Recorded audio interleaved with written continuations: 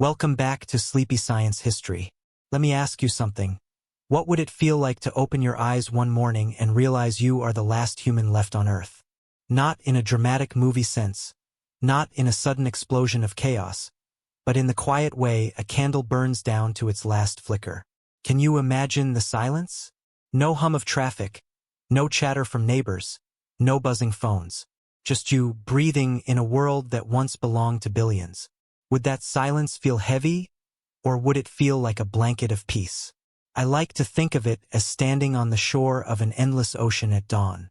The waves come and go, indifferent to whether anyone watches. And here you are, the last witness, the last heartbeat of humankind.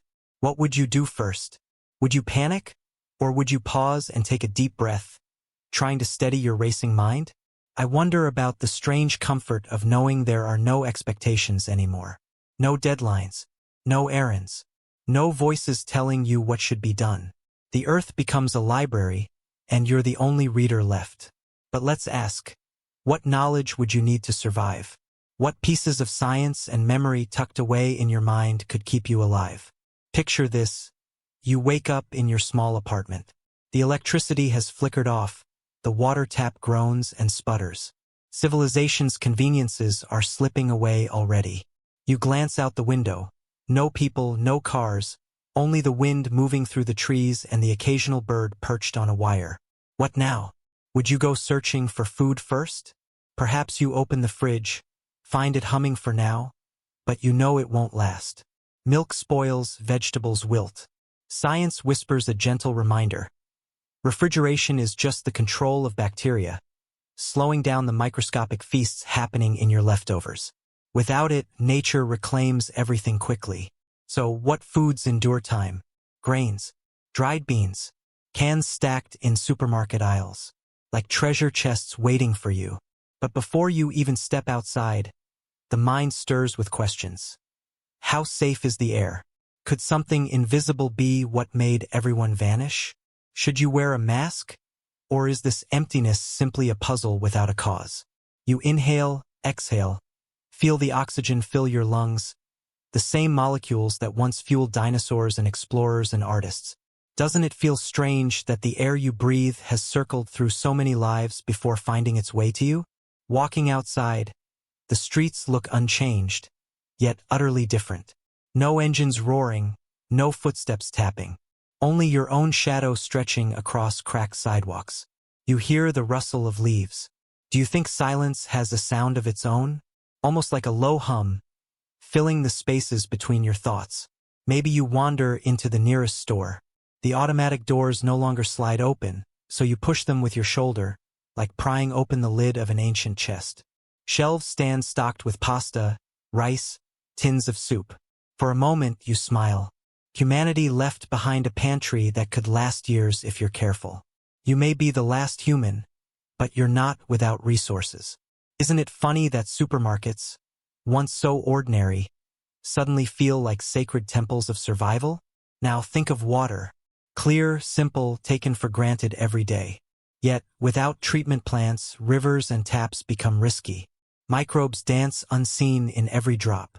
Science teaches us, boiling water is a shield, a simple act of heat transforming danger into safety. Could you build a fire? Could you remember the steps? Spark, tinder, flame. A primal skill buried under centuries of switches and buttons. The thought alone makes you wonder, how much of survival is about remembering what was once common knowledge? As you sit on the curb, sipping from a bottle you scavenged, the sun begins to dip. And suddenly, another question arises. What about night? Will the darkness feel heavier when no other windows glow with light? The stars above seem sharper, clearer, as if they've been waiting for your undivided attention. Have you ever noticed how many stars you can actually see when the city lights go dark? They remind you that the universe doesn't pause for human absence. Galaxies still spin, comets still streak, the moon still rises. Would you feel small under that endless dome, or oddly powerful? After all, you are now the only one looking up, the sole observer of the cosmos from this little planet. Isn't that a strange thought? The universe so vast, being watched by just one pair of eyes. As you gather your supplies and wander back to shelter, maybe an empty library catches your eye. Inside, the scent of old paper wraps around you like a blanket. Rows of books whisper silently, waiting. You run your fingers along the spines. Physics, biology, astronomy, cookbooks, even children's tales. Every page is now yours to read. Doesn't it feel like humanity left you a time capsule? A chorus of voices still alive through ink and ideas? In that quiet, you realize survival isn't just about food and fire. It's about holding on to meaning. Without other people, you could easily slip into silence of the mind. So you ask yourself, what stories will I tell? Even if I'm the only listener, you might begin to speak out loud, just to hear your own voice bounce against the shelves. I am here, you say softly. I am still here. And in that moment, you are not only surviving, you are becoming the historian of a vanished species, the guardian of memory. As the night deepens, you light a candle. This glow paints the walls in golden waves. Shadows sway gently, like dancers. You sit, notebook in hand, writing your first entry. Perhaps you begin with the same question we started with. What does it feel like to be the last human on Earth? You write slowly, the words steady and calm, like footprints across an empty beach. And maybe you smile because even alone, you are still part of something larger. The earth hums. The stars watch. The air carries your breath. You are the last human, but you are also a bridge, holding together the science of survival and the poetry of existence. And so the first day ends. Not with despair, but with a candle flickering in the dark, and a heart that still beats with wonder. What is the sound of a city when no voices remain to echo through its streets? Do the buildings sigh when the wind curls around them, or do they stand as mute guardians of stories long finished? Imagine walking along an empty boulevard, skyscrapers rising above you like cliffs carved from glass and steel. Once they were full of people, each window glowing with small lives. Coffee cups balanced on desks, fingers tapping keyboards, children pressing noses to the glass. Now every pane reflects only you. Does it feel as though the city itself is watching, waiting for your footsteps to decide its future? You pause in the middle of the road. The asphalt is cracked in places, tufts of grass daring to push through. Without traffic, nature has begun its quiet reclamation. A sparrow darts across your path, swooping low before vanishing into the hollow shell of an abandoned bus. You wonder how long it will take for vines to climb the tallest towers, for roots to pry open sidewalks, for rivers of green to wash away the neat geometry of human order. Isn't it strange to think that civilization, which took centuries to build, begins to crumble the moment it is left alone? Perhaps you step into a store, once busy with chatter and music, now only the faint rustle of paper blowing across the floor. Shelves lean, some already looted by your own earlier hands. Boxes of cereal stare back at you with bright cartoon smiles, their cheer frozen in time. You wonder, how long can such food last before it turns to dust? Science provides gentle answers. Can goods, sealed tight from oxygen and bacteria, may last years? Dry rice, tucked away from moisture, might outlive even your own need for it. But bread, fruit, milk, those belong to yesterday. They slip quickly into the waiting mouths of fungi and flies. Isn't it humbling that the smallest organisms, invisible without a lens, are the true inheritors of Earth? Your thoughts drift to the question of energy. Lights no longer flicker on at dusk. The humming grid of wires, substations, and power plants has gone still. You stand beneath a street lamp and touch the cold metal pole, remembering when it glowed with gentle yellow light. Could you bring it back even in one corner of the world? A generator, perhaps, if you could find fuel. But fuel, too, is mortal. Gasoline degrades in months, turning sour, thick. Solar panels on rooftops might endure, but only if you learn their secrets. Do you know how to store the energy, how to coax electricity into batteries, into wires? The world is now your classroom, and every machine a patient teacher, if you're willing to experiment. But there is a deeper question. Do you need the lights? Would a life guided by sun and stars be enough? Humans lived for millennia without glowing bulbs. Firewood, wax, oil. These were the companions of the night. Could you relearn that rhythm? To wake with dawn and sleep with dusk? To let your body follow the ancient clock hidden in its bones? There is a quiet beauty in such simplicity, isn't there?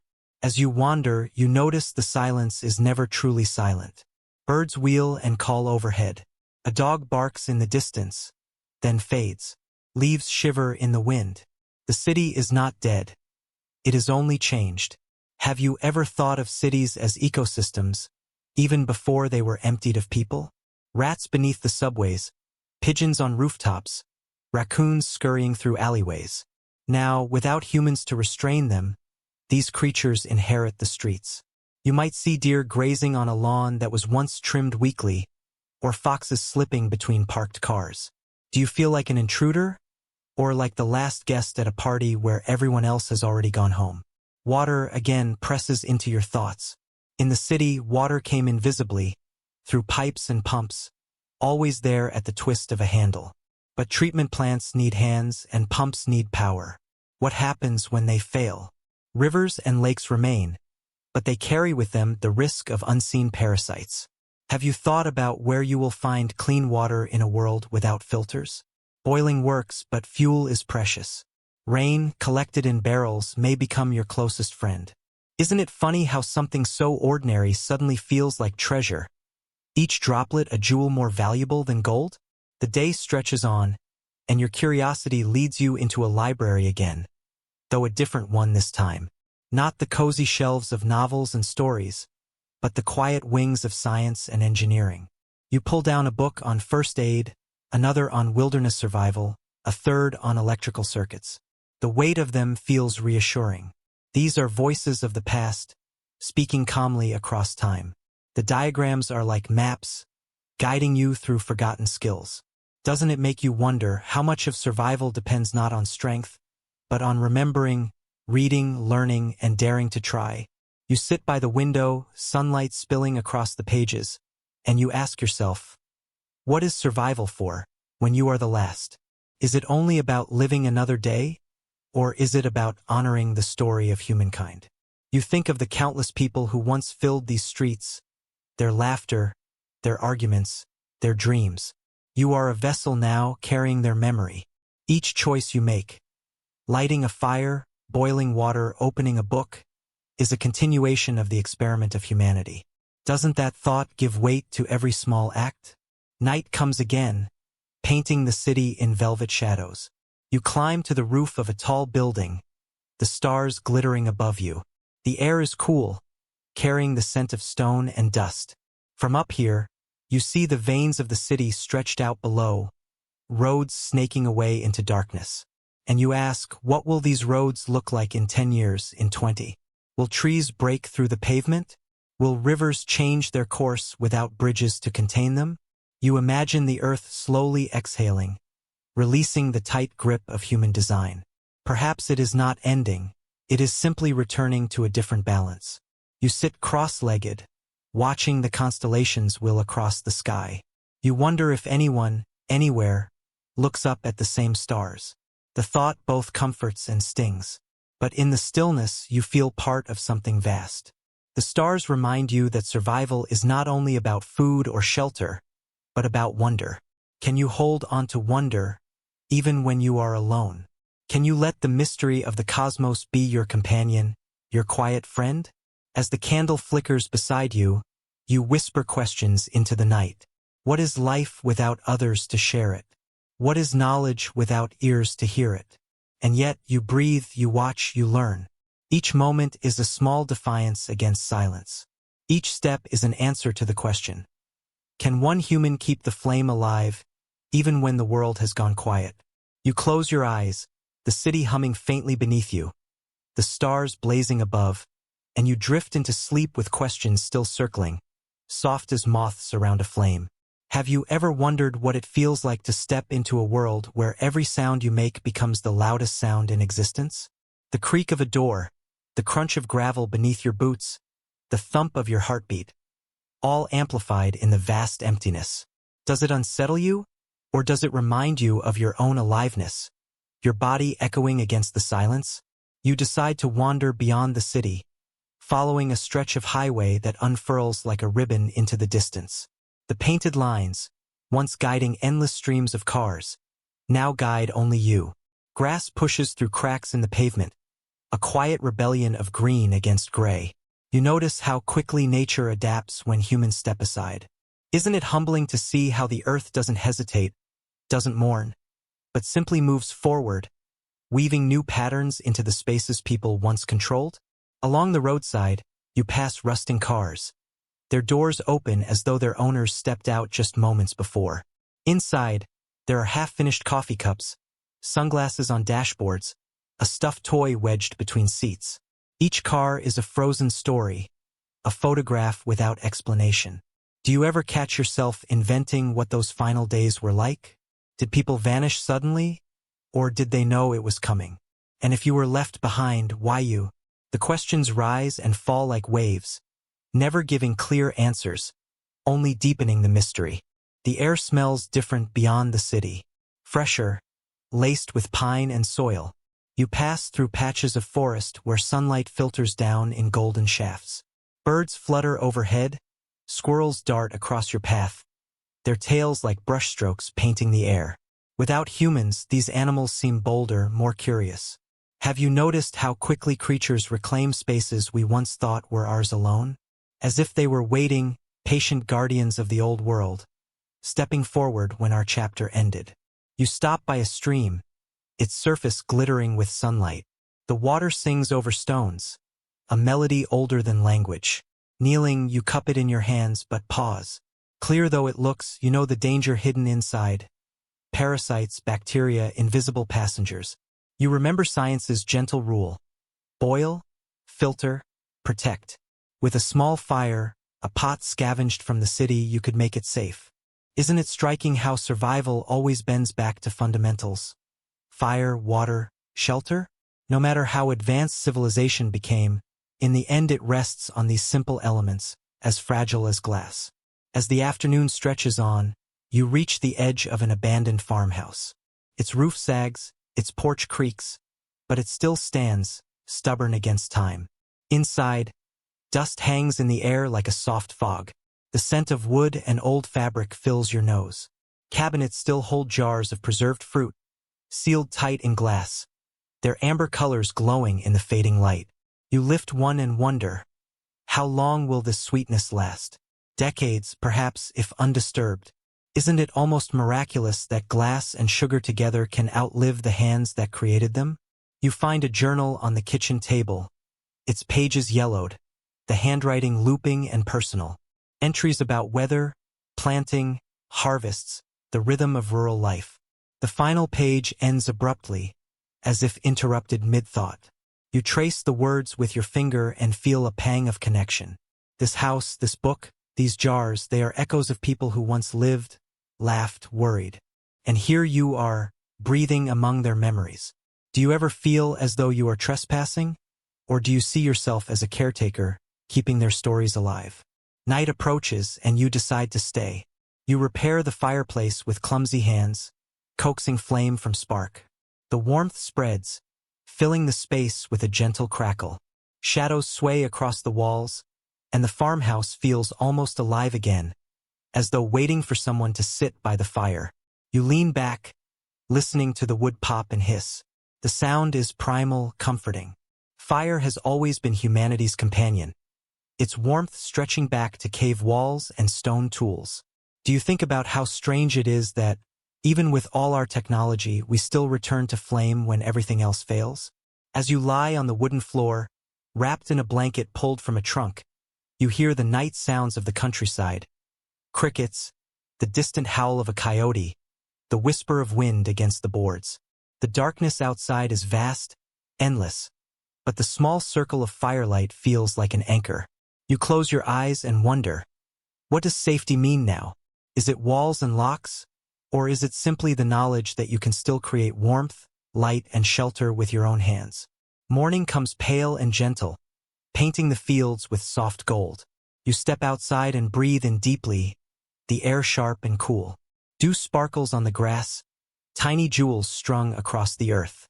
You watch as the sun lifts, spilling light over the hills. In that moment, the world feels untouched, as though it has reset itself.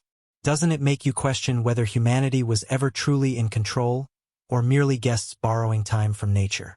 You decide to explore the barn nearby. Its wooden doors grown open, revealing rusting tools, stacks of hay, and a tractor frozen in silence. You touch the metal, flaking with rust, and imagine it once roaring across fields. Machines, you realize, are like bones of an extinct animal. Still here, still recognizable, but lifeless without the spark of human use. Do you think the earth will one day cover them entirely, folding steel and rubber back into soil and stone? In the loft above, you find nests woven into old rafters. Birds flutter out, startled by your intrusion. You smile, realizing how life reshapes every corner. The barn has not been abandoned. It has simply changed tenants. Nature wastes nothing, leaving no emptiness for long. Isn't that a lesson in resilience? That the world always fills its gaps with life? Later, you wander through the fields behind the farmhouse. Weeds and wildflowers sway together in the breeze, bees drifting lazily from bloom to bloom. You pick a stalk of wheat still standing from seasons past, rub it between your palms, and watch the grains fall. Food, yes, but also memory. The hands that sowed these seeds are gone, yet their labor lingers, whispering through the soil. Isn't it remarkable that plants carry on without us, indifferent to our presence? Their cycles eternal? You spend the day experimenting, collecting wood, testing the jars of fruit, practicing the rhythm of making fire. Each small success brings a quiet satisfaction. You are learning not just to survive but to adapt. And with each act, you feel more a part of this larger, older system of Earth. Do you notice how survival becomes less about fear and more about curiosity? About asking what can be done and then trying? As twilight falls, you climb a hill beyond the farmhouse. The view stretches far, rolling fields bathed in fading light, forests beyond, mountains etched against the horizon. The beauty is overwhelming in its simplicity. No billboards, no headlights, no voices, just the vast, breathing world. And you wonder, is this what the planet was waiting for all along? To be seen, truly seen, without distraction? You sit until the stars appear, one by one, shy at first, then bold, scattering across the black canvas. Their light has traveled for centuries, arriving now just for you. Do you feel lonely beneath them, or honored to be their audience? Perhaps both. The universe is indifferent, yet somehow it feels like a companion, endless and patient. You whisper your questions into the night, not expecting answers, but grateful to ask them. As you walk back down the hill, the farmhouse glowing faintly with firelight, you realize that survival is not only about what you take from the earth, food, water, warmth, but also about what you notice, what you cherish. The silence, the stars, the persistence of life in every corner. Isn't survival, in its deepest sense, about wonder? And as you settle once more by the fire, the flames painting your face with warmth, you close your eyes and let the questions drift, soft as smoke curling into the night sky. What happens to time when there are no clocks to mark it, no meetings to rush toward, no voices to remind you of schedules? Do days stretch like rivers, flowing without edges, or do they shrink into single moments of breath and heartbeat? Imagine standing in an open field at dawn, the horizon blushing with first light. Without calendars or alarms, how do you know what day it is? Does it matter anymore? Or is the rising of the sun enough to tell you everything you need? You begin to notice the rhythm of the natural world more clearly now. The arc of the sun, the pull of the moon, the subtle tilt of shadows across the ground. Plants unfurl with morning warmth, then bow again when dusk slides in. Birds sing at first light, then fall quiet at midday. Have you realized how nature itself becomes a clock, if only you learn to listen? And isn't it curious that in losing all the instruments of time, you rediscover its oldest forms? As you walk, you feel the season shifting. Leaves burn with autumn fire, drifting to the ground in slow spirals. The air grows sharper, carrying the promise of colder nights. You ask yourself, how will you stay warm when winter arrives? Fire is one answer, but fire alone is not enough. Shelter, clothing, layers of protection, all must be considered. Could you sew with clumsy hands? Stitch patches from blankets or old coats? Could you learn what our ancestors knew so well, that warmth comes not only from flame but from careful preparation? Your thoughts drift to the stars above, the way they appear earlier each evening now. You find yourself watching them, memorizing their paths. Orion, Cassiopeia, the bright lantern of Venus. You think of ancient people who mapped their seasons by these celestial markers. Would you do the same? Could you track the length of shadows, note the positions of constellations, and slowly weave your own calendar back together? The cosmos becomes your teacher, vast and patient. Doesn't it feel strange that what once seemed like decoration in the sky is now a guide, a compass, a reminder that time itself is written in light? Water once again demands your attention. Streams freeze at their edges. Rain comes less often, and when it does, the cold lingers in your bones.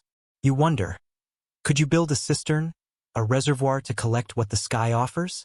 Could you learn the patience of the earth itself, storing abundance for leaner days? Science whispers small lessons, digging, filtering, conserving. And yet, beneath those practical thoughts, a quieter one lingers. Water is not just survival, it is rhythm. The drip of rain, the hush of snow, the crackle of ice, each is a note in the song of seasons. Do you hear it differently now when no other sounds compete? One day, wandering along the edge of a forest, you stumble upon the remnants of an old cabin. Moss blankets its roof, ivy climbs its walls, but inside, you find relics of forgotten winters. Axes, wool blankets, stacks of firewood now softened with rot. You touch these things with reverence. They are not just tools, but evidence of someone else's preparation. Do you feel comfort in knowing others once wrestled with the same cold? Or does it sharpen the ache of being alone? At night, the cold creeps more insistently. You huddle near your fire, your breath a pale cloud in the dark. The stars shimmer with icy clarity, each one a shard of glass against velvet black. You pull blankets tighter and wonder, how did humanity endure ice ages? Not just survive, but endure, invent, create in the teeth of cold? Fire, caves, furs, persistence. You realize that every bone of your body carries that memory, encoded by ancestors who lived through endless winters. Isn't it remarkable that survival is not just in books, but in your very blood, waiting to be remembered? Your days begin to revolve around preparation. Gathering wood, patching leaks, watching the skies for signs of snow. You grow more attentive to the earth's whispers. The geese overhead, flying south in graceful V's. The deer, their coats thickening for frost. The way the sun lingers less and less each evening. Have you noticed how survival teaches patience? How it demands that you slow down and match the pace of the world itself. No rushing, no shortcuts, just steady attention, step by step.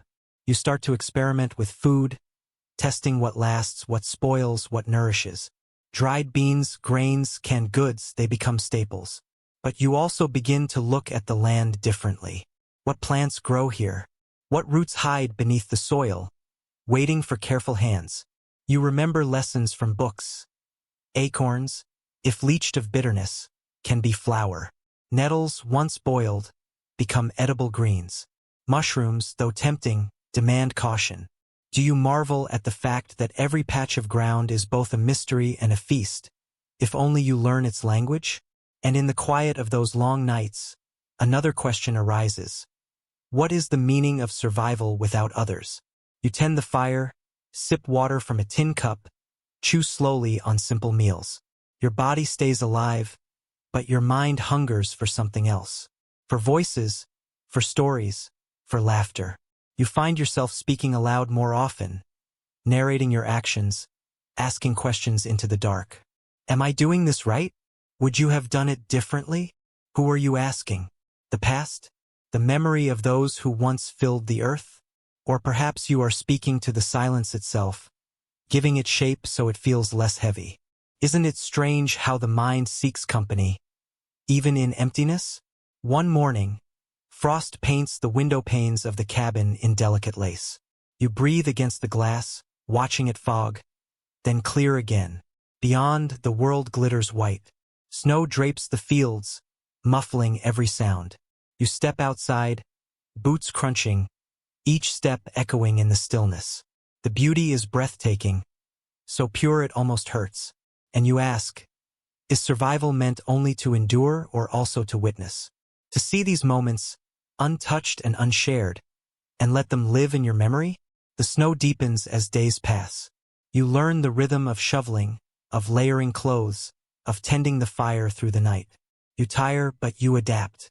And with each small adaptation, you feel something stirring: resilience, patience, acceptance. Do you realize that survival is not a battle against nature, but a partnership with it? That the cold is not your enemy, but a teacher reminding you of limits and possibilities? At night, wrapped in blankets, fire flickering low, you look out at the endless white.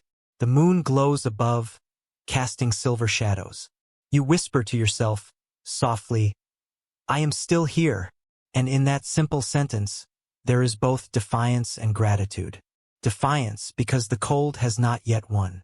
Gratitude because the earth, even in its harshness, still gives you enough to continue. And as you close your eyes, lulled by the crackle of the fire and the hush of snow against the roof, you drift into dreams filled with questions. Will spring return with blossoms and birdsong? Will you still be here to greet it? Survival, after all, is not only about food and shelter.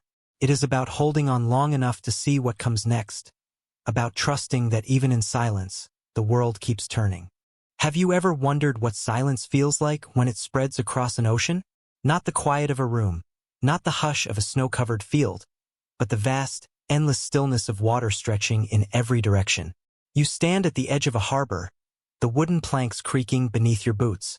Boats, once busy with nets and laughter, now drift gently, their ropes frayed, their paint peeling. The air smells of salt, sharp and alive. Do you feel small here, where the horizon erases boundaries and the sea keeps its secrets? You ask yourself, should you go out there? Beyond the land, into the shifting wilderness of waves. The thought both tempts and frightens you. On one hand, the ocean offers food, pathways, new places untouched. On the other, it is a reminder of how fragile one person is against its moods.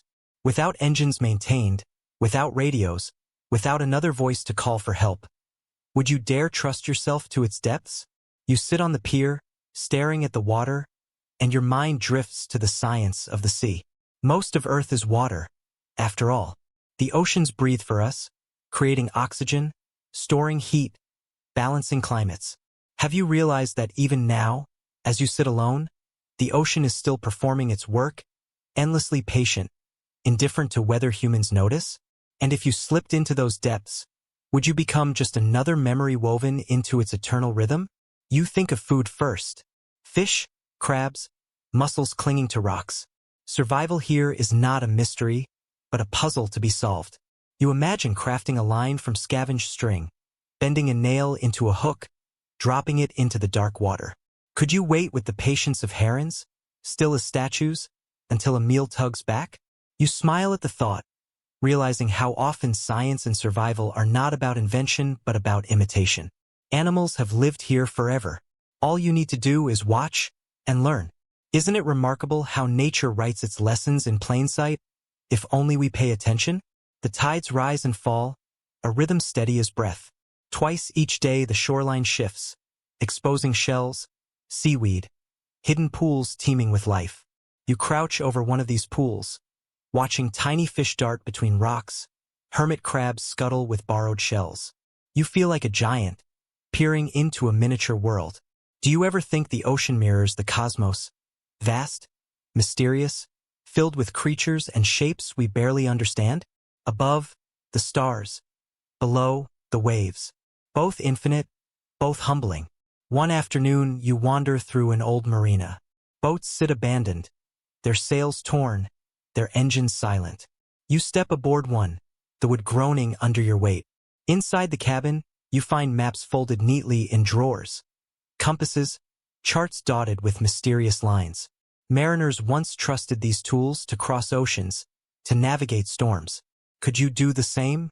Could you learn to read the stars as they did? To let constellations guide your path? The thought stirs something old in you, a sense that survival is not only about the present, but about remembering the wisdom of those who came before. But fear lingers. The sea is beautiful, yes, but also merciless. Storms brew quickly, waves rise higher than houses. Alone, without rescue, could you survive its fury?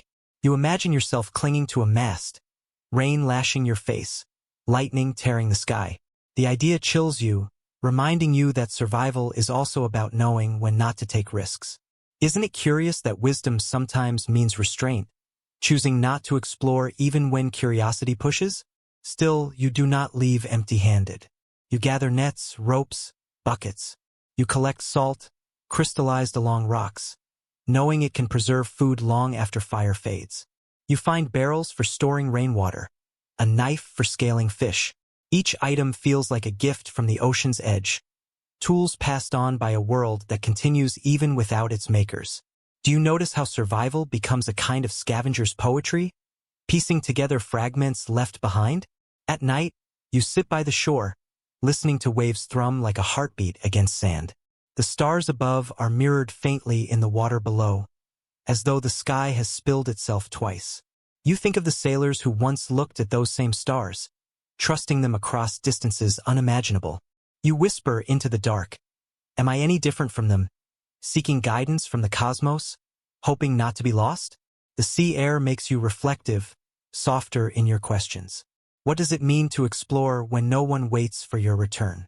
Exploration was once about discovery, about bringing news back to others. But if you are the last, who do you bring news to? Perhaps exploration becomes something quieter now. A conversation between you and the earth.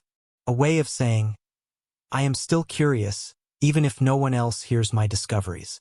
Isn't that, in itself, a form of survival? Days pass, and you begin to notice the rhythm of tides aligning with your own breath. High tide, low tide, inhale, exhale. You wake with the sun, forage along the shore, rest when the moon rises. You collect driftwood, smooth and pale, for your fires. You carve small notches into a piece of wood, marking days not by numbers but by tides. Have you realized how survival transforms time into cycles, circles instead of straight lines? Days no longer march forward, they return, repeating like the waves themselves. One evening, you discover the skeleton of a whale washed ashore, its bones white and massive against the sand. You stand before it, feeling both awe and sorrow. This creature once swam through the deep, singing songs you will never hear. Now it rests silent, offering its frame to the wind. You place your hand on the smooth curve of bone and whisper, "Did you feel lonely, too, in that vast ocean? Or did you always feel at home, cradled by water?" The question lingers with no answer, but you feel a strange kinship nonetheless. You think, too, about the science of the sea. Currents carrying warmth, shaping weather, guiding migration. Coral reefs pulsing with hidden cities of life. Plankton drifting invisibly yet feeding the world. You realize how much knowledge is locked beneath the waves, how little we truly understand. Does it strike you that even at humanity's peak, the ocean kept most of its secrets? And now, alone, you wonder if you could uncover even a small fragment of that hidden story. But perhaps survival is not about mastering the sea. Perhaps it is about respecting it. You watch storms roll in from the horizon, the sky darkening, the waves rising. You retreat to shelter, listening as rain lashes the shore, thunder growls overhead. Safe inside, you feel grateful not for conquering but for enduring. Isn't endurance its own kind of victory, quieter than triumph yet deeper in meaning? When the storm passes, the air is scrubbed clean, the world shimmering with fresh light. You step outside, sand damp beneath your feet, the horizon glowing with rainbow arcs. You breathe deeply, salt filling your lungs, and realize you are still here, still watching, still asking, still learning. And as you sit on a rock, waves lapping gently, you ask yourself, what does the ocean want to teach me? That survival is not just about holding on, but about listening. That life is both fragile and immense, like a drop of water and the sea that holds it? You close your eyes, let the sound of waves cradle you, and drift into that question, soft as sleep itself. What does it mean to build when no one else will ever see what you've made? If you stacked stones into a wall, if you shaped wood into a roof, if you carved marks into a beam, would it matter that only your eyes will ever rest on it? Or does creation itself carry its own meaning, regardless of witnesses? You stand before a crumbling structure, half collapsed under years of neglect. Maybe it was once a shed, maybe a small house. Its bones are still there, timbers sagging, nails rusting, glass cracked but catching the light. You wonder if you could give it new life, patch its roof, brace its walls, make it your own. Would you feel like a tenant borrowing shelter from the past, or a craftsman shaping the future with borrowed hands? Survival presses you to think of shelter differently now. It is no longer about walls painted or furniture arranged. It is about warmth, protection, safety from the teeth of weather. A roof that doesn't leak, a door that closes, windows sealed against wind. Have you noticed how survival pares life down to essentials? Shelter is not decoration. It is barrier. It is sanctuary. It is the thin line between comfort and exposure. You collect wood, testing each piece for strength. Some crumble at your touch, eaten away by rot. Others, solid still, carry the smell of resin. Hammer, nails, rope, you scavenge what you can, piecing together tools from forgotten drawers. Each nail you drive feels clumsy, each strike echoing in the empty air. But slowly, patiently, the roof takes shape, the walls stand a little straighter. Do you feel pride in these small victories, even when no one claps, no one thanks you? Isn't it enough that the wind no longer slips through the cracks? As you work, your mind drifts to the science of shelter. Why do certain shapes endure? The triangle of a roof, shedding rain and snow. The arch, distributing weight with elegance. The circle of a hut, resisting the pull of storms. Ancient builders discovered these truths through trial, through error, through patient observation. Could you, too, learn from the same timeless lessons, letting instinct and experimentation guide you? Your hands ache, blisters forming, muscles sore. Yet there is satisfaction in the ache. It tells you that you have changed something with your own effort, that your body itself is a tool of survival. You pause, wiping sweat from your forehead, and ask yourself, when was the last time you built something purely for need, without thought of money or approval? Does necessity sharpen the mind in ways comfort never could? At night, you sit inside your repaired shelter. The walls still smell of damp wood. The fire crackles low in the hearth. Outside, the wind claws at the eaves, but you remain dry, warm, safe. You listen to the storm's anger and feel gratitude for the barrier between you and the dark. Isn't it strange how comfort becomes sharper, deeper, when contrasted against what might have been? Days pass and you add small improvements. A shelf here, a chair dragged from another room, a blanket patched from scraps. You are not decorating, you are adapting, shaping the space so it fits your body, your rhythm. You notice how quickly even an empty place begins to feel like yours once you change it with your hands. Do you ever think about how humans everywhere, in every time, made homes not just to survive but to belong? You experiment with insulation. Leaves, straw, old fabric stuffed between boards. You test the science of heat, learning how air moves, how smoke escapes, how warmth lingers. Firewood becomes a daily need, and you begin to calculate its weight, its burn, its hours of heat. You study how oak burns slower than pine, how damp wood smokes, how dry wood sings. Each observation is a note in a growing symphony of survival knowledge. Isn't it fascinating that the smallest details, how a log cracks, how embers glow, can mean the difference between warmth and frostbite? Waterproofing challenges you next. Rain seeps through corners, dripping onto your blanket at night. You improvise with tarps, with angled boards, with clay dug from the ground. Each attempt teaches something new, each failure points toward another idea. Isn't that what science has always been? An endless experiment, each error another step toward understanding? One evening you step outside, the air damp with mist. The moon glows faintly through clouds, and your shelter stands behind you, solid, repaired, yours. You wonder, is this structure merely walls and roof? Or is it proof that you still matter, that you can still shape the world? Creation, after all, is an act of defiance against entropy. By building, you declare, I will not vanish quietly. I will leave marks, even if only for myself. Yet loneliness presses close in these moments. A house is meant for many, for voices weaving together in warmth. Your fire burns, but the silence sits across from you, unblinking. You murmur aloud, narrating your day, pretending someone listens. Do you think survival demands not just shelter for the body, but shelter for the mind? A place where thoughts can rest, where loneliness is softened by ritual, by habit, by the act of speaking into the dark? You begin to keep a record, scratches on the wall, lines in a notebook, marks in the dirt. Each day you write or carve something, even if only a question. How many stars did I see tonight? How long did this fire last? What bird called at dawn? These become your companions, your conversation. Isn't it comforting to know that words themselves can be shelter? A house for the restless mind? You experiment with building beyond necessity. A small table for your tools, a frame to dry clothes near the fire, a raised bed of wood to lift you above the cold floor. Each addition feels like a gift to your future self, a gesture of care. You ask, isn't survival more than bare existence?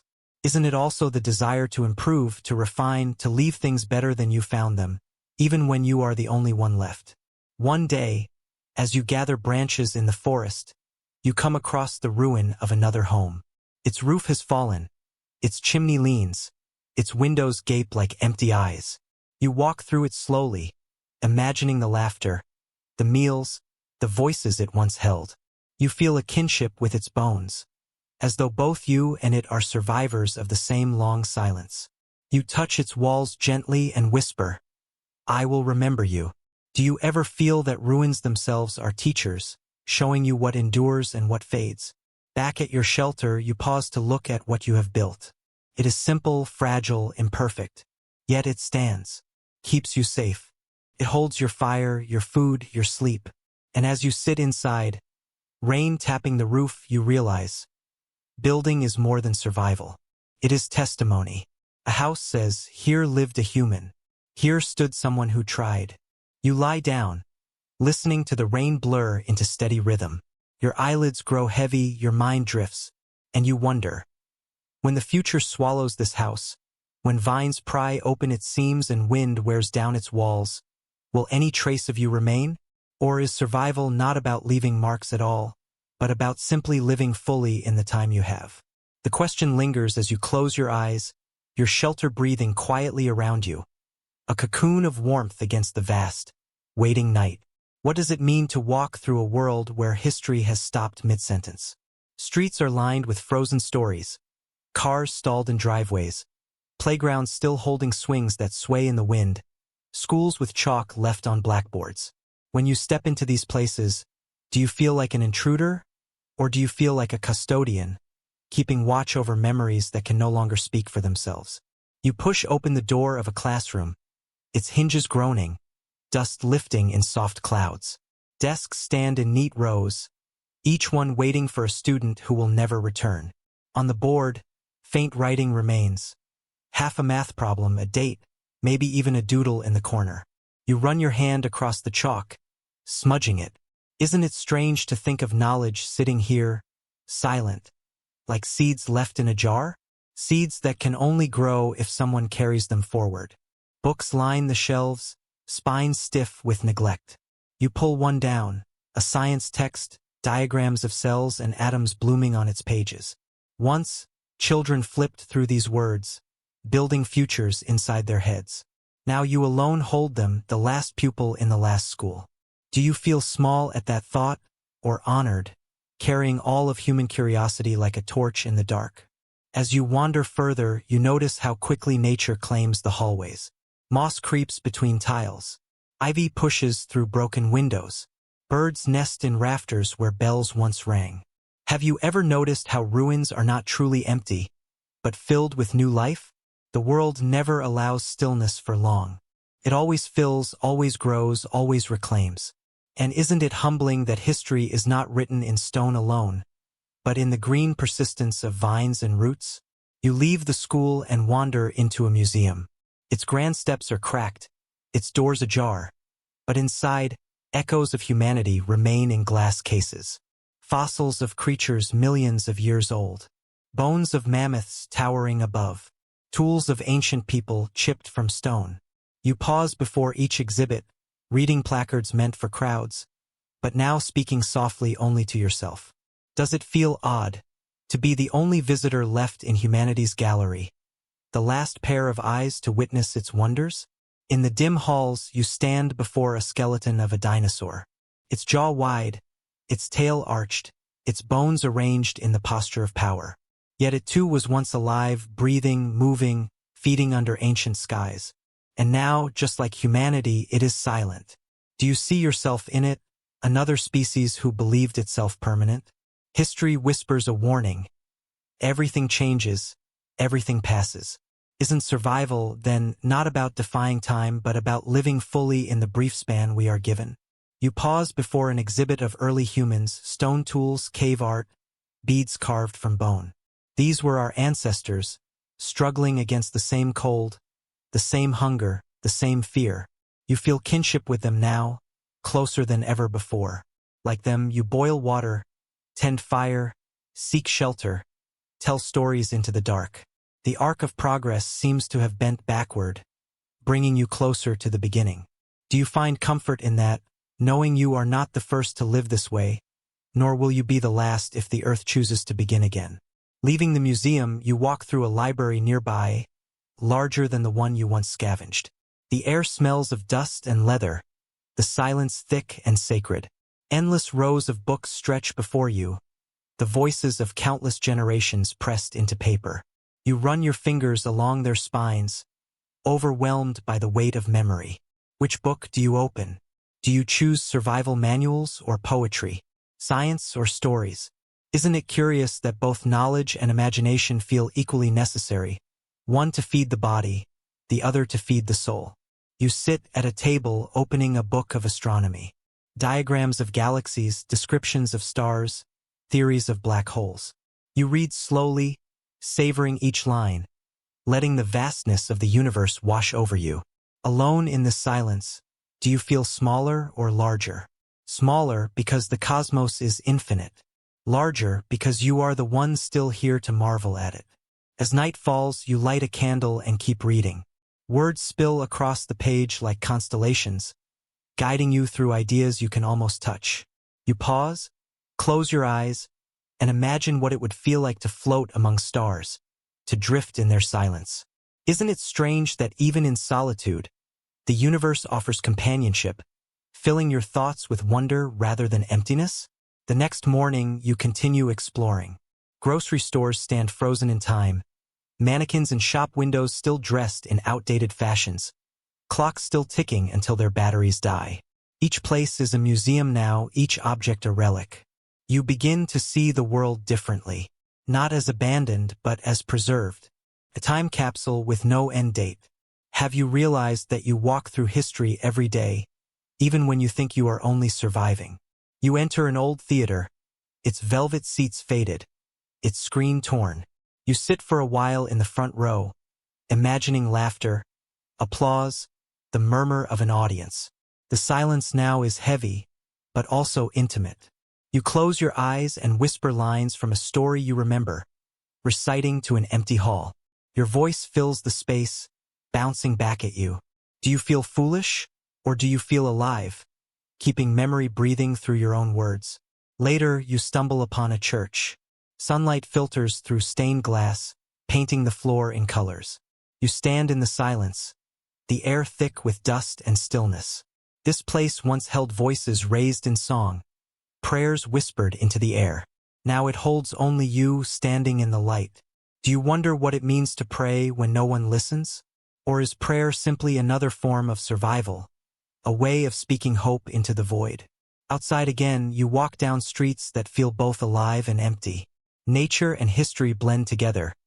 The rust of lampposts, the green of ivy, the the whisper of wind through broken signs. You stop, close your eyes, and ask yourself, am I preserving this world by remembering it? Or is the world preserving me by continuing around me? Perhaps both are true. Isn't survival always a conversation, a balance between what we take and what we are given? As the day ends, you return to your shelter, arms full of books and small treasures scavenged from your wanderings. You sit by the fire, turning pages, speaking aloud passages you find beautiful. You imagine the author's voices, long gone, still alive in the rhythm of your reading. Do you see what you are doing? You are keeping them alive. You are keeping humanity alive, one whispered line at a time. The firelight flickers, the words echo, and you close your eyes with a question lingering on your lips. Is history only history when someone remembers it? Or is remembering itself the truest form of survival? And with that question cradling your thoughts, you drift into sleep, wrapped not only in blankets, but in centuries of voices that still, somehow, keep you company. Have you ever looked up at the sky and wondered how it all works when there is no one else to explain it? The sun rises, the moon shifts its shape, the stars spin in slow circles overhead. Yet with no teachers, no astronomers, no scientists left to speak, do you feel closer to these mysteries or further away? Perhaps both, close enough to notice them as daily companions, distant enough to know you may never answer every question. You find yourself drawn to the heavens more often now. Nights stretch long, and the stars feel brighter without city lights drowning them. You spread a blanket on the grass, lie down, and watch as constellations appear one by one. Orion's belt, steady and sharp. Cassiopeia, like a crooked W. The Pleiades, a small cluster shimmering faintly. Have you noticed how easy it is to get lost in their patterns, to feel as though the sky itself is a map waiting to be read? You wonder, could you navigate by them? Sailors once did, guiding ships across oceans with nothing but star charts and memory. Could you learn the same art, tracing your way from horizon to horizon with constellations as guides? The thought makes you smile. Isn't it fascinating that long before satellites and compasses, people trusted the heavens so completely? The moon becomes another companion. You track its phases, sliver, half, full, waning again. You notice how it pulls at the tides, how water rises and falls in rhythm with its silent watch. Do you feel comfort knowing you are still tied to the same cycles as every creature on Earth? That the moon pulls not only at oceans but at your own blood, your own inner tides? As you sit by your fire one evening, you think about what stars really are: spheres of burning gas, fusions of hydrogen into helium, light born from reactions that began billions of years ago. The photons that reach your eyes tonight may have traveled for centuries, racing through space before finding you. Isn't it astonishing that you are touched by such ancient messengers, that the light you see is older than memory itself? You recall fragments from books, the vastness of galaxies, the spirals of the Milky Way. You close your eyes and imagine Earth as a tiny dot, drifting in an ocean of stars. Alone here, do you feel fragile or infinite? Fragile, because your life is one flicker in endless darkness. Infinite, because within you is the ability to wonder, to imagine, to connect across distances impossible to cross. One afternoon, you find an old telescope in a dusty attic. Its lenses are cloudy, but you polish them carefully, set it up on a hill and aim it at the sky. Through the glass, the moon leaps closer. Its craters, its ridges, its silent mountains etched with stunning clarity. You whisper softly, as though speaking to an old friend. How long have you been here, watching us? And how long will you remain after I am gone? You turn the telescope to Jupiter, its faint stripes visible, and if you look closely, tiny dots beside it. Its moons circling endlessly. Galileo saw them once, through glass much simpler than yours. He knew then that Earth was not the center of everything. Do you feel the same realization, sharp and humbling, settling into your bones? That you are not the center, but a part of something vast beyond measure. Science folds itself gently into your thoughts. You think about gravity, the pull of invisible hands that keeps planets circling, tides rising, your feet pressed against the earth. You think about time, stretched and bent by mass, the way stars warp the very fabric of space. These ideas feel almost like poetry now, mysteries not to be solved, but to be embraced. Isn't it beautiful that not knowing can be just as profound as understanding? At dusk, you light a fire and place a stick in the ground, watching its shadow stretch and shorten as the hours pass. You are making a sundial, simple and ancient, marking time as people once did thousands of years ago. You smile at the thought, without clocks, without screens, you are relearning how to let the earth itself tell you the hour. Do you see how survival brings you closer to the origins of knowledge, to the first questions humans ever asked? The wind picks up, carrying scents of grass and smoke.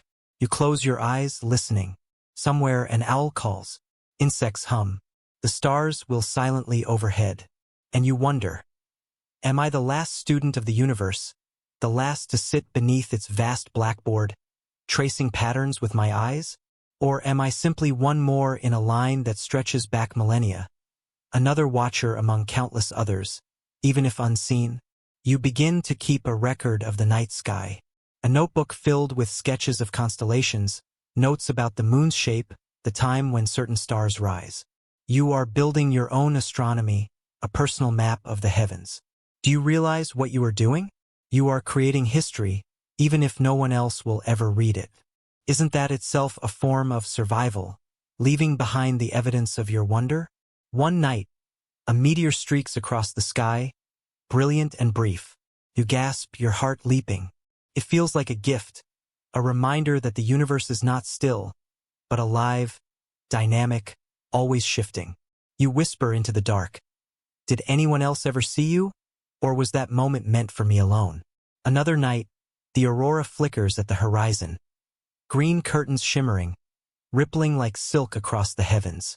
You stand transfixed, your breath caught, tears filling your eyes. It is beauty beyond words, beyond reason. The earth itself is painting with light. Do you wonder if this is the planet's way of comforting you, reminding you that even in solitude, there is still splendor to behold?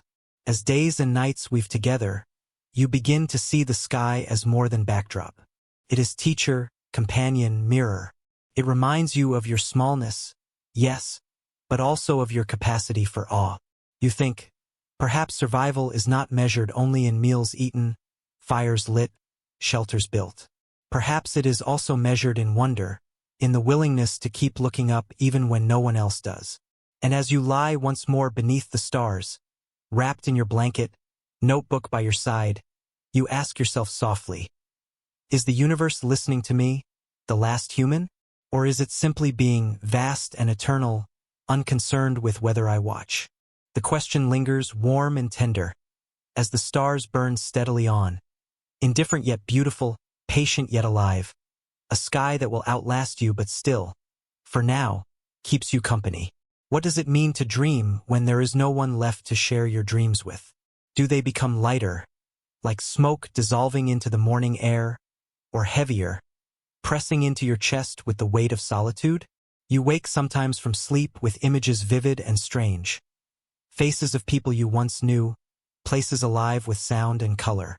And then silence greets you, reminding you that your dreams are the only conversations you still have with others. Do you find comfort in that? Or does it ache more sharply because it vanishes when you open your eyes? As the days pass, you notice how your mind wanders further than your body does. The world outside is vast, full of places you could walk to, but inside your head, entire universes unfold. Memory becomes a kind of travel, carrying you back to crowded streets, laughter at a dinner table, voices singing in the distance. Isn't it curious that survival is not only about food and fire, but about tending the inner landscapes, the fragile worlds built of memory and imagination? You begin to wonder about the brain itself. How does it weave such vivid dreams, such echoes of what no longer exists? You recall fragments of science, the electrical pulses, the chemical messengers, the stages of sleep. In rapid eye movement, neurons fire in wild patterns, painting images across the canvas of the mind. But is that all dreams are electrical storms with no meaning? Or are they the brain's way of reminding you that you are still alive, still capable of longing, still stitched to what came before? During the day, when silence presses too closely, you sometimes speak aloud. Not just narrating your actions, but telling stories. You imagine an audience, unseen but listening. You describe the clouds overhead, the crackle of the fire, the taste of the food you've prepared. Do you realize that by speaking these things, you are keeping language alive, refusing to let it vanish into stillness? Isn't it strange how words themselves become a form of survival? A bridge across emptiness? You start to keep a journal more faithfully now. Pages fill with thoughts, with questions, with sketches of what you see. You write down dreams, too, even when they slip through your fingers like water. Perhaps no one will ever read them, but perhaps that doesn't matter. Writing itself becomes a conversation, a way to anchor your mind. Do you see that you are leaving a trail behind, even if it leads nowhere? Isn't that what humans have always done? Mark their passing with stories, hoping they outlive them? At night, as you lie beneath the stars or curl beside your fire, loneliness takes a sharper shape. You imagine voices in the wind, figures in the shadows. Sometimes you almost believe you hear footsteps, though you know you don't.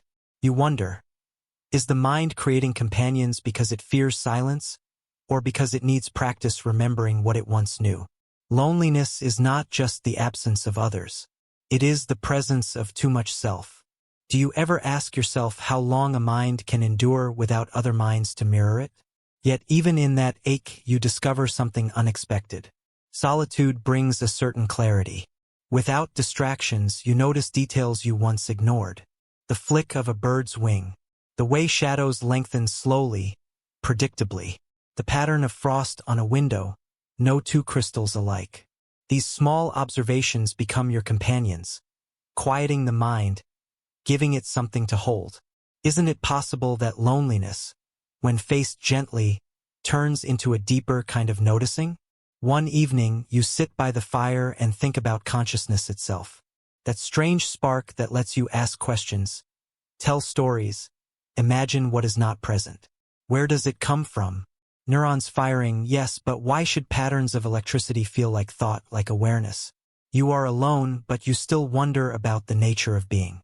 Do you find it odd that even stripped of all company, the mind still reaches outward, asking questions into the void? You begin to experiment with ritual, small practices to keep the days from blending into one another.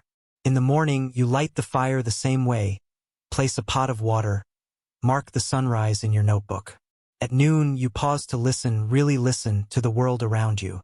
At night, you read by candlelight or write down whatever lingers in your head. Ritual becomes your companion, shaping time, giving it rhythm.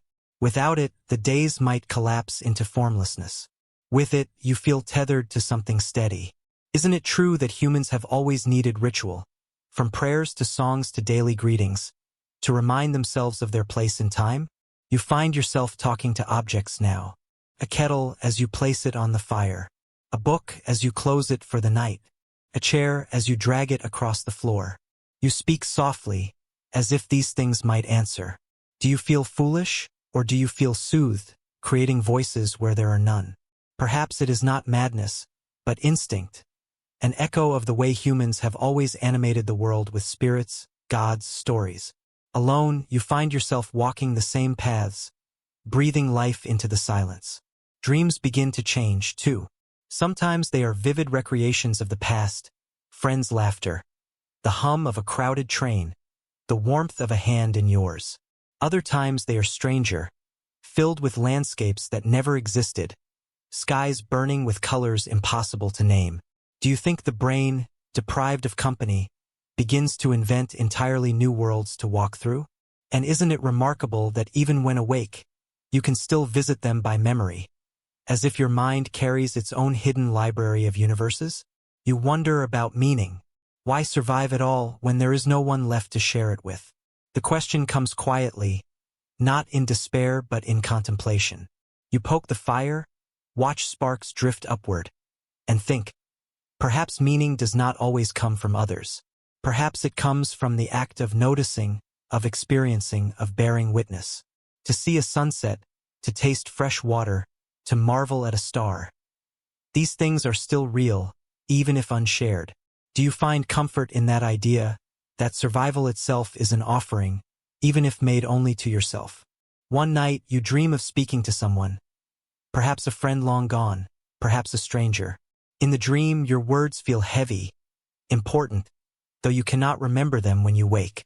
You sit up, the fire still glowing faintly, and whisper into the darkness, "I am here."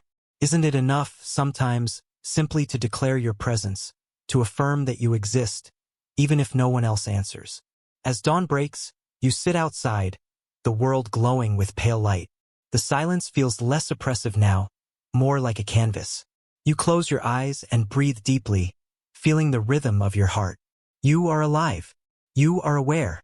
You are dreaming, remembering, wondering. And in that, perhaps, lies meaning enough. The question lingers, soft as the morning breeze. If no one else remains to remember humanity, can one person's memory still be enough to honor it? You do not answer. You only breathe and listen, and let the silence carry the weight of the question forward. What does it mean to be the last, and yet still look forward? Do you carry the weight of endings, or do you see yourself as a beginning in disguise? You stand at the edge of a meadow, the wind moving through tall grasses like waves on an inland sea. The horizon stretches endlessly, painted with the gold of dawn. You ask yourself, is this silence the closing of a story, or the opening of one yet untold? You walk slowly, feeling the earth firm beneath your feet, the rhythm of your steps steady and grounding. Each breath draws an air that once belonged to countless others, exhaled by forests, by animals, by generations long gone. Isn't it humbling to know that life is never truly solitary, that every inhale ties you to the great weave of existence? Even alone, you are never apart from the world that surrounds you. You think about humanity, what it built, what it dreamed, what it left behind. Cities rising like mountains of glass, machines carrying us through the skies, voices sent across oceans in a blink. And yet, here you are, back to fire and water, shelter and soil. Was it failure, or was it simply another turn in the endless spiral of history? Do you think perhaps everything humanity created was never meant to last forever, but to flare brightly and then fade, like sparks from a fire drifting into the night? You pause by a river, its surface flashing with light, and kneel to drink. The water is cold, alive with motion. You watch it swirl around stones, slip past fallen branches, rush onward toward a sea you may never see. Do you ever wonder if survival is less about clinging to permanence and more about moving like the river, always flowing, always changing, never still? In the quiet, your thoughts turn inward. You ask, who am I now, without others to mirror me? Am I still a friend, a student, a child, a citizen? Or am I only a being breathing, watching, enduring? You realize that identity is shaped not only by others, but by the questions you continue to ask, the choices you continue to make. Isn't it true that even when stripped of everything else, curiosity itself is a kind of name, a kind of legacy? You climb a hill as evening falls, carrying only a blanket and your notebook. The sky above is vast, unfolding with stars. You spread the blanket, lie down, and look upward, as you have so many nights before. The constellations wheel in their eternal arcs, steady and patient. You think, how many eyes have looked at these same stars? Hunters painted them on cave walls. Farmers planted by their rhythms. Sailors navigated by their light. And now you, perhaps the last to notice them. Do you feel sorrow in that? Or wonder that you are part of such a lineage? Your notebook rests beside you, filled with sketches, questions, fragments of thought. You run your fingers across its pages. These are your footprints, your marks in the sand. One day, wind and rain may erase them. But for now, they remain proof that you were here, that you asked, that you wondered. Isn't that what humans have always done? Leave behind signs that they once walked the earth?